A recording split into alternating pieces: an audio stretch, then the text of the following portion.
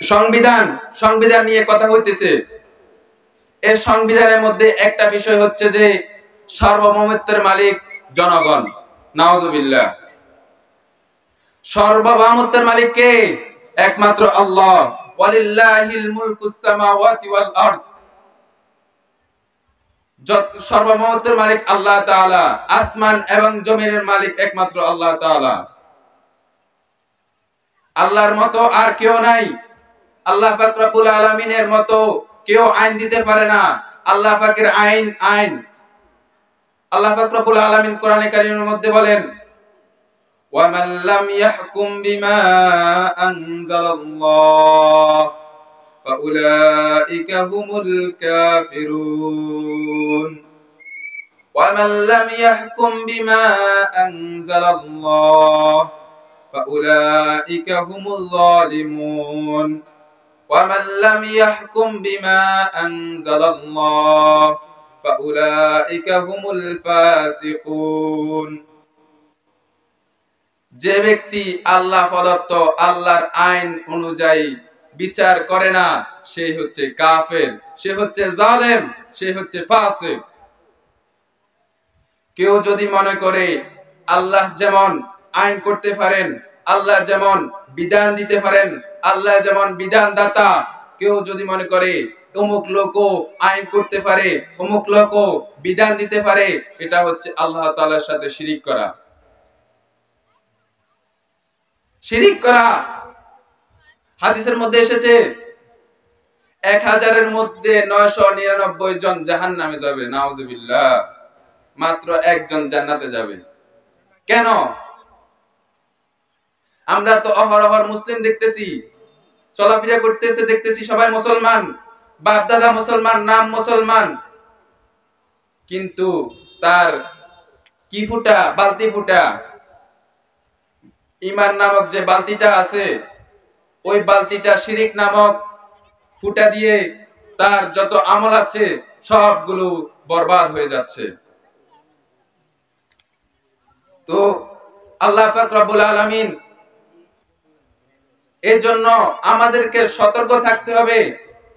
স্পষ্ট কথা আল্লাহ পাক বলে দিয়েছেন, আল্লাহর সাথে শিরিককারীকে আল্লাহ তাআলা ক্ষমা করবেন না। কোন নেতা, কোন মন্ত্রী, কোন এমপি যদি কোন বিধান করে আল্লাহর আইনের বিরুদ্ধে, আল্লাহর আইনের বিরুদ্ধে যদি কোন আইন করে, ওই আইনটা মানলে সে কাফের হয়ে যাবে। আল্লাহ পাক রব্বুল আলামিন যেটাকে হালাল করেছেন সেটাকে যদি হারাম করে কেউ, অথবা আল্লাহ পাক রব্বুল আলামিন যেটাকে হারাম করেছেন সেটাকে কেউ যদি হালাল করে, আমার কথা বুঝতেছেন?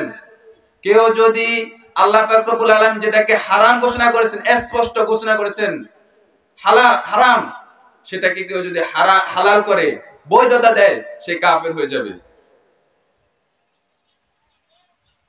তো আল্লাহ পাক রব্বুল আলামিন কোরআনে কারীমের মধ্যে মদ খাওয়া, জুয়া খেলা, সুদ খাওয়া, গোশ খাওয়া, চুরি করা, মিথ্যা বলা, এগুলাকে হারাম করেছেন।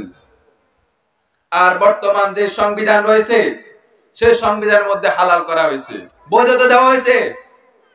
আল্লাহ পাক রব্বুল আলামিন করেছে হারাম, আর এই সংবিধানের মধ্যে করা হয়েছে হালাল, বৈধ।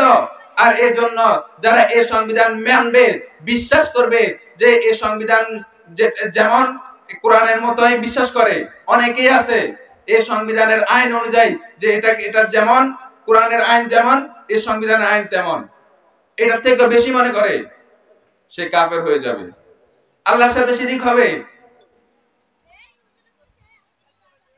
এজন্য আমাদেরকে সতর্ক থাকতে হবে। আমার ঈমান কেন কোনখান দিয়ে বের হয়ে না যায়।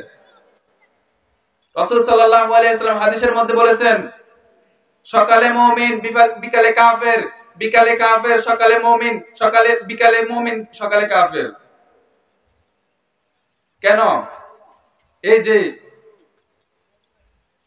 আমরা অন্যকে আল্লাহর দায়িত্বটা দিয়ে দিয়েছি, নেতাদেরকে আল্লাহর দায়িত্ব দিয়ে দিয়েছি।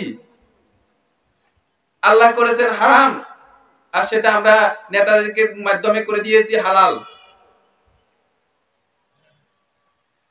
350 জন পার্লামেন্টের মধ্যে যদি অর্ধেক মানুষ থেকে বেশি যদি মনে করে যে আল্লাহর এই আইনটা তাদের পছন্দ হয় নাই, তাদের পছন্দ হয় নাই, তারা যদি মনে করে কি করতে পারে, পাল্টাইতে পারে, তাহলে তারা কি হয়ে যাবে, কাফের হয়ে যাবে। সোজা কথা, আল্লাহর যেটাকে হালাল করেছেন সেটা যদি হালাল না রেখে হারাম করে, অথবা যেটাকে হারাম ঘোষণা করেছেন সেটাকে যদি হালাল করে, কাফের।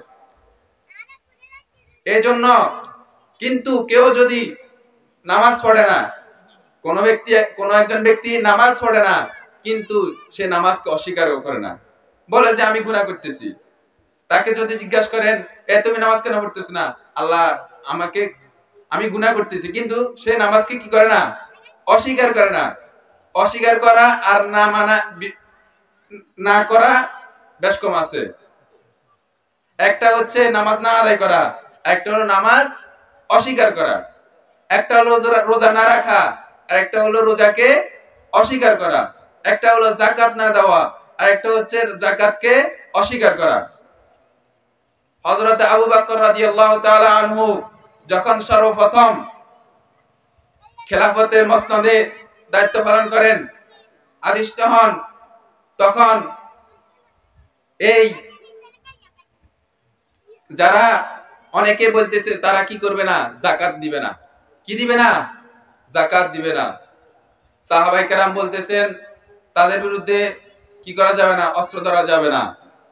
কিন্তু আবু বকর রাদিয়াল্লাহু তাআলা বললেন, যে ব্যক্তি রাসূল সাল্লাল্লাহু আলাইহি ওয়াসাল্লামের জামানার মধ্যে একটা ওটের বাচ্চা, একটা ছাগল দিত যাকাত হিসাবে, তার থেকে আমি তরবারির মাধ্যমে যাকাত আদায় করব। তাহলে আমাদেরকে খেয়াল রাখতে হবে আমার ঈমান যেন নষ্ট না হয়ে যায়। নামাজ ভাঙার যেমন কারণ রয়েছে, ওযু ভাঙার যেমন কারণ রয়েছে, ঈমান ভাঙারও কারণ আছে।